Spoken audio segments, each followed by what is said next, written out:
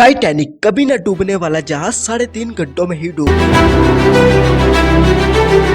ये अपने जमाने का दुनिया का सबसे बड़ा और लग्जरी जहाज था। इसकी लंबाई 270 मीटर और इसकी चौड़ाई 50 मीटर से जायद थी। उस वक्त इस शिप को बनाने की जो कास्ट आई थी वो $7.5 मिलियन थी, जो कि आज के जमाने में $500 मिलियन के बराबर है। ये शिप अंदर से इतनी खूबसूरत और फैसिलिटीज थी जो दुनिया के बड़े बड़े 7 स्टार होटलों को भी पीछे छोड़ती थी। इसके अंदर 4 रेस्टोरेंट, एक स्विमिंग पूल, एक gym, Turkish bathroom, electric bathroom, 3 barber की दुकानें, एक शॉपिंग मॉल, एक लाइब्रेरी, एक गैमलिंग पॉइंट और एक मसाज सेंटर भी था। इस जहाज को अनसिंकेबल माना जाता था, मतलब कभी न डूबने वाली शिप। उस वक्त टाइटैनिक बनाने वाली कंपनी वाइट स्टार लाइन ने ये दावा किया कि ये जहाज इतना सेफ एंड सिक्योर है कि दुनिया की कोई भी ताकत इस जहाज को नहीं डुबो सकती। लेकिन ये जहाज अपने पहले सफर में ही डूब जाता है। इतना बड़ा और इतना सेफ एंड सिक्योर जहाज सिर्फ 3.5 घंटों में ही कैसे डूब जाता है? आखिर उस रात क्या हुआ था? आइए जानते हैं इन सब सवालों के जवाब KITV की इस वीडियो में।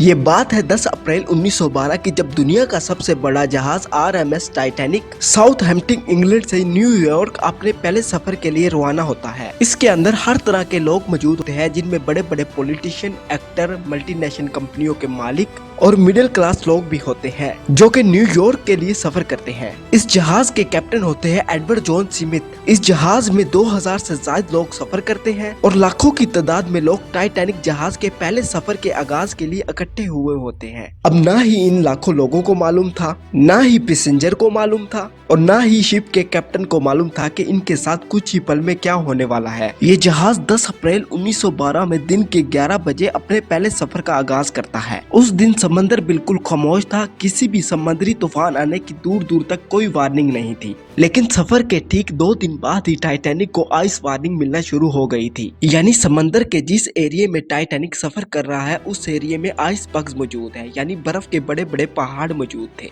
लेकिन इस जहाज के कैप्टन एडवर्ड स्मिथ इस वार्निंग को इग्नोर करके टाइटैनिक के सफर को जारी रखा और फिर उसके बाद टाइटैनिक को दूसरी वार्निंग और फिर तीसरी वार्निंग मिली। लेकिन उसके बावजूद भी टाइटैनिक जहाज के कैप्टन ने बिना किसी फिक्र किए इस सफर को आगे जारी रखा, उसी रफ्तार के साथ जो कि पहले से आ रही थी। दरअसल दोस्तों, इसकी असल वजह ये थी कि कैप्टन स्मिथ को पीछे से ऑर्डर था कि साउथ इंग्लैंड और न्यूयॉर्क का सफर सिर्फ 6 दिन में ही मुकम्मल करना है, ताकि टाइटैनिक दुनिया का सबसे बड़ा और लग्जरी जहाज होने के साथ साथ दुनिया का सबसे तेज तरीन जहाज भी बन जाए। इसी वजह से कैप्टन स्मिथ ने टाइटैनिक की रफ्तार को कम किए बगैर अपना सफर आगे जारी रखा। दोस्तों, बहरी जहाज के ऊपर एक क्रूज नेस्ट होता है, एक छोटी सी जगह जो कि बहरी जहाज के काफी हाइट पर होती है। इस जगह पर सिर्फ 2 ही लोग बैठते हैं ताकि वो नजर रख सके कि सामने जहाज के क्या आ रहा है, कोई ट्रैफिक तो नहीं है। दोस्तों, अब कैप्टन और उनके क्रू मेंबर्स को 7वीं बार आइस वार्निंग दी जाती है, लेकिन कैप्टन स्मिथ और उनके क्रू मेंबर ये वार्निंग भी इग्नोर कर देते हैं और टाइटैनिक की रफ्तार को कम नहीं करते। और फिर आहिस्ता आहिस्ता शाम होने लग जाती है और हर तरफ अंधेरा ही अंधेरा छा जाता है। उस रात चांद ना होने की वजह से क्रू पॉइंट पर बैठे मेंबर्स को कुछ खास दिखाई भी नहीं दे रहा था। और फिर 11:39 पर क्रू पॉइंट के एक मेंबर फ्रेडरिक फ्लीट ने सामने बहुत बड़ा बर्फ का पहाड़ नजर आया। फ्रेडरिक फ्लीट ने बिना कोई टाइम जाया किए 3 बार 1 घंटी बजाई और फोन उठाकर कैप्टन को इन्फॉर्म किया कि सामने बहुत बड़ा आइस बॉक्स मौजूद है। ये सुनते ही कैप्टन के पांव तले जमीन खिसक गई और इसने फौरन जहाज को घुमाने की कोशिश शुरू कर दी। तब तक बहुत देर हो चुकी थी, क्योंकि टाइटैनिक की रफ्तार ज्यादा होने की वजह से टाइटैनिक जहाज का सामने वाला निचला हिस्सा आइसबर्ग से टकरा जाता है। ये आइसबर्ग कोई छोटा मोटा आइसबर्ग नहीं था, इसकी लेंथ 200 बाई 500 फुट और हाइट टाइटैनिक से भी ऊंची थी।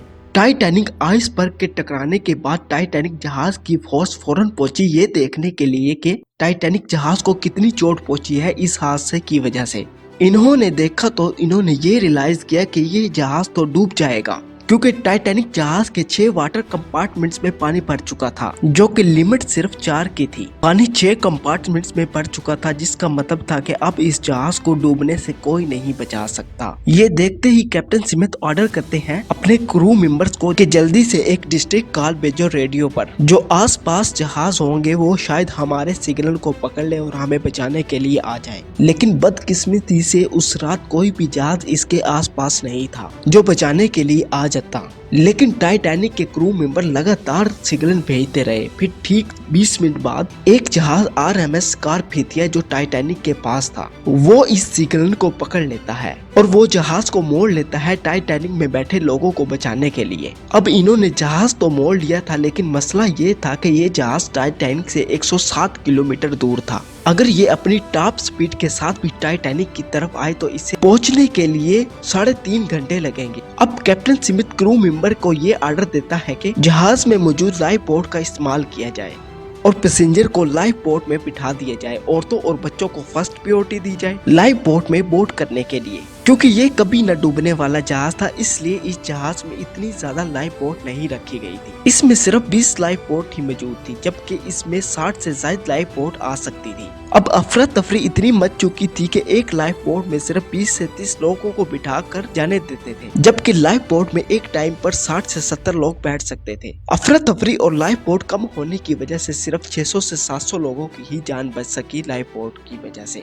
बाकी लोग अभी तक टाइटैनिक में ही मौजूद थे। वो लोग अपनी मौत का इंतजार कर रहे थे, हर तरफ चीखों पुकार अपनी जान बचाने के लिए हर मुमकिन कोशिश कर रहे थे। वो मंजर अगर देखा जाए तो इतना दर्द भरा था कि देखने वालों की रूह ही कांप जाए। लोग बेबस हो चुके थे, ना ही बचने की उम्मीद थी और ना ही कोई बचाने वाला था। अब जहाज के 7वें कंपार्ट में भी पानी भर चुका था, जिसकी वजह से जहाज का आगे का हिस्सा पानी में डूबने लगा और पीछे का हिस्सा ऊपर उठने लगा और फिर जहाज 2 टुकड़ों में टूट गया और फिर आहिस्ता आहिस्ता जहाज के दोनों टुकड़े पानी में डूब गए, जिसकी वजह से कई लोग अपनी जान गंवा बैठे और जिन्हें तैरना आता था वो ठंड की वजह से मर गए, क्योंकि समंदर के पानी का टेम्परेचर -2 डिग्री सेल्सियस तक था। सिर्फ 3.5 घंटों में ही कभी न डूबने वाला जहाज कई लोगों को लेकर डूब गया। लगभग 3 बजे ये जहाज मुकम्मल तौर पर समंदर की गहराइयों में समा गया। टाइटैनिक के डूबने के बाद RMS स्कारपेथिया वहां पहुंचता है। वो टाइटैनिक के सारे लोगों को तो नहीं बचा सका, लेकिन लाइफ बोट में जो सवार थे उन्हें ही बचा सका। तो इस तरह कभी न डूबने वाला जहाज सिर्फ 3.5 घंटों में ही डूब गया। दोस्तों, अगर आपको आज की हमारी वीडियो पसंद आई है तो हमारे चैनल को सब्सक्राइब करें और बेल आइकन को भी दबा दें, ताकि आने वाली नई वीडियो की नोटिफिकेशन आपको मिलती रहे। मिलते हैं अगली वीडियो में, आपके लिए इजाजत दे। खुदा हाफिज।